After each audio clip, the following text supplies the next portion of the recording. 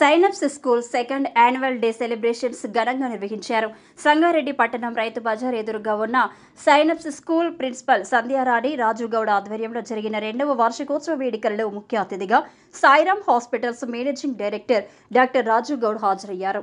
ఈ సందర్భంగా చిన్నారులు చేసిన ఆటపాటలు, నృత్యాలు విశేషంగా ఆకట్టుకున్నాయి. సిటీ ఆడిటోరియంలో ఉత్సాహంగా జరిగిన కార్యక్రమంలో స్కూల్ యాజమాన్యంతో పాటు ఉపాధ్యాయ బృందం, సిబ్బంది, విద్యార్థుల తల్లిదండ్రులు పాల్గొన్నారు.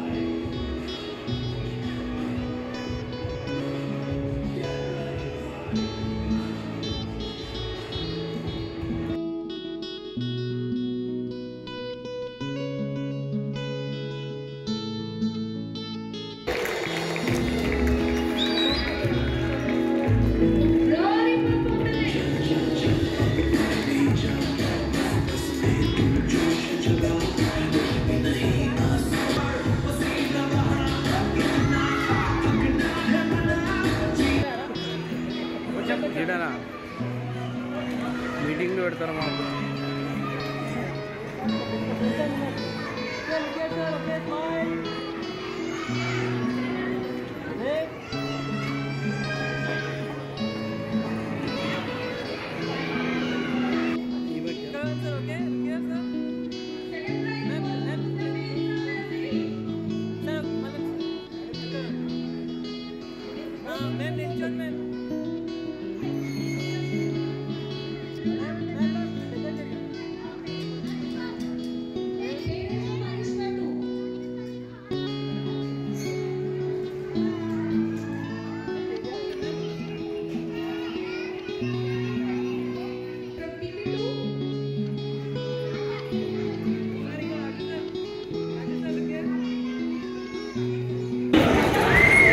తర్వాత మీడియా మిత్రులకి, మిగతా మిత్రులందరికీ కూడా పేరు పేరున నమస్కారం తెలియజేస్తూ, మీరు ఇప్పటిదాకా 50% ప్రోగ్రామ్స్ అయిపోయినాయి.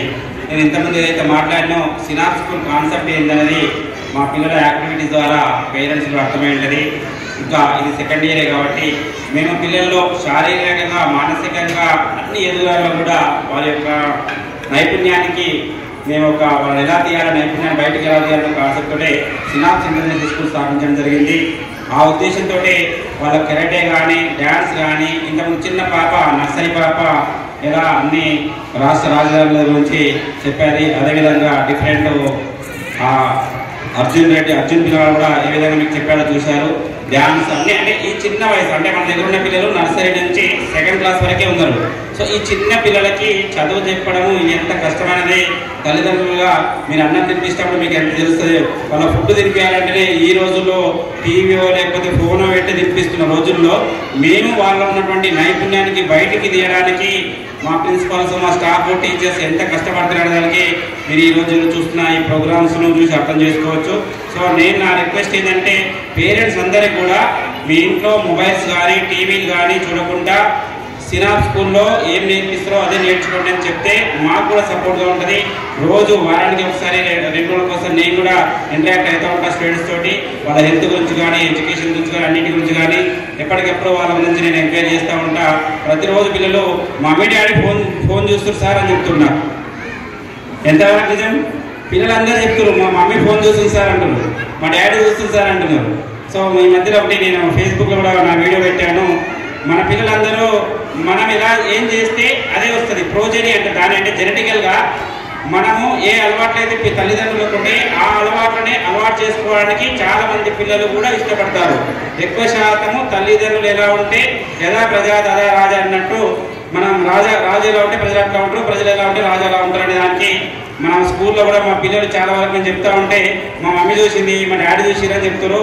నా రిక్వెస్ట్ ఎవరు కూడా పిల్లల ముందర చూడకండి. పిల్లలు మా స్కూల్ పంపించినాక మీరు చూసండి ఫోన్లు.